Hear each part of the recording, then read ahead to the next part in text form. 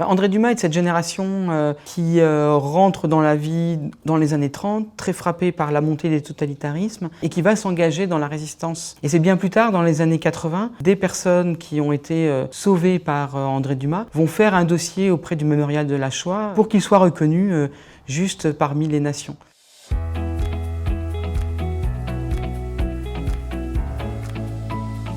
André Dumas, quand il était étudiant, il va être engagé au camp de Rivesaltes pour la CIMAD. Il va s'installer dans le camp de Rivesaltes,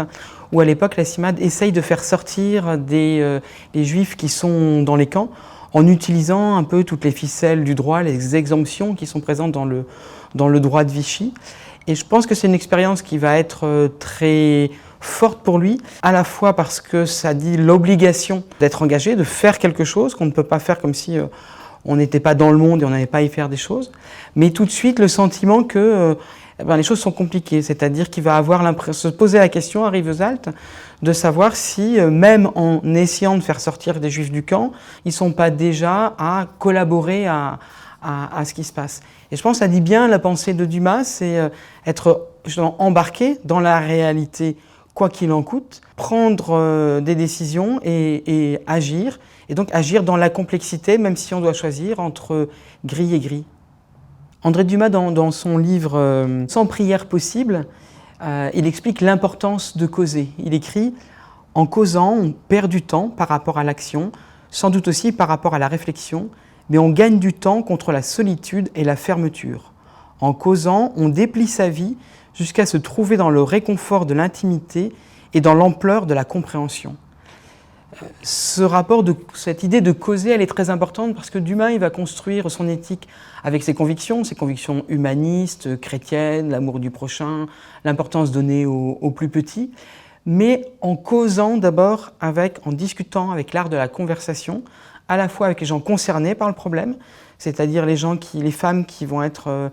en but aux questions de contraception, aux questions d'avortement, aux malades et aux familles qui sont face à la fin de vie. Il va causer parce qu'il va aussi discuter avec les gens qui ne sont pas de son point de vue. Il va avoir des débats pendant plusieurs années de suite, par exemple avec les militants et les intellectuels du Parti communiste. Il va causer pendant toute sa carrière avec les intellectuels catholiques, en n'étant pas d'accord, mais en donnant de l'importance à la conversation, en valorisant les arguments des autres. Et puis enfin, dans sa façon d'exprimer les choses, quand l'éthique est née de cet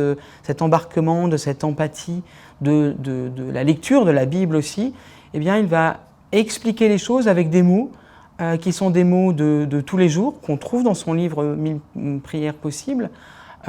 pour être compris dans le monde d'aujourd'hui qui est souvent très éloigné du vocabulaire religieux. Chez Dumas, il est effectivement très important de penser contre soi. C'est un lecteur d'André Gide, dont il aime beaucoup les formules. Il reprend cette formule d'André Gide qui est « il faut suivre sa pente pourvu que ça soit en la remontant ». Et donc c'est vraiment cette idée, c'est que surtout dans une époque, les années 60-70, où on a beaucoup d'orthodoxie politique, où il y a des évidences du bien, du mal, du prolétariat et de la révolution par exemple, Dumas va toujours chercher à entendre les avis qui ne sont pas les siens, penser contre lui-même, et à remettre en cause ses propres convictions pour pouvoir être plus près de la complexité des choses. C'est-à-dire que Dumas, je pense, a peur plus que tout d'une éthique qui serait dans le confort d'une évidence, mais qui, étant dans son confort, serait loin de ce qui est la réalité et la complexité des choses, et se retrouverait au mieux à être inefficace, parce que loin de la réalité, et au pire à faire violence aux gens concernés, parce que n'aurait pas été pris assez en compte la réalité dans sa dimension dialectique, positive comme négative, telle qu'elle est dans la vie. Dans cet héritage et cette actualité de Dumas, qui nous permet d'habiter la vie, on trouve un encouragement à la fin de votre livre et une réflexion sur la figure de l'intellectuel qui a un rôle à jouer avec courage et créativité. Ça passe par une méthode en fait, c'est-à-dire que le livre que j'ai fait sur Dumas, ça dit bien sûr quelles sont ses positions éthiques, mais ça met à jour une méthode que lui n'avait pas eu le temps finalement d'écrire, qui permet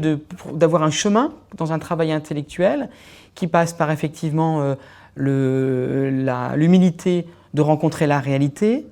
l'humilité d'échanger avec les gens qui sont d'opinions différentes, avoir le courage de prendre une position, même quand les choses sont compliquées, de prendre une position compliquée plutôt qu'une position qui serait préservation de soi ou confort intellectuel, et qui serait créativité en faisant confiance à la capacité qu'a le texte biblique, mais aussi bien d'autres textes, à ouvrir notre imagination. Quand on est fermé et qu'on est en panne entre des positions entre gris et gris, sur des positions compliquées, sur des sujets compliqués, reprendre la Bible comme une occasion de penser plus, c'est permettre une créativité qui permet de trouver de nouvelles pistes pour offrir justement au monde et à la société un plus à penser qui nous sort à la fois du pugilat qu'on voit en permanence dans les médias et qui nous évite d'être à l'inverse dans une trop grande complexité qui ne donnerait pas ni courage ni espérance.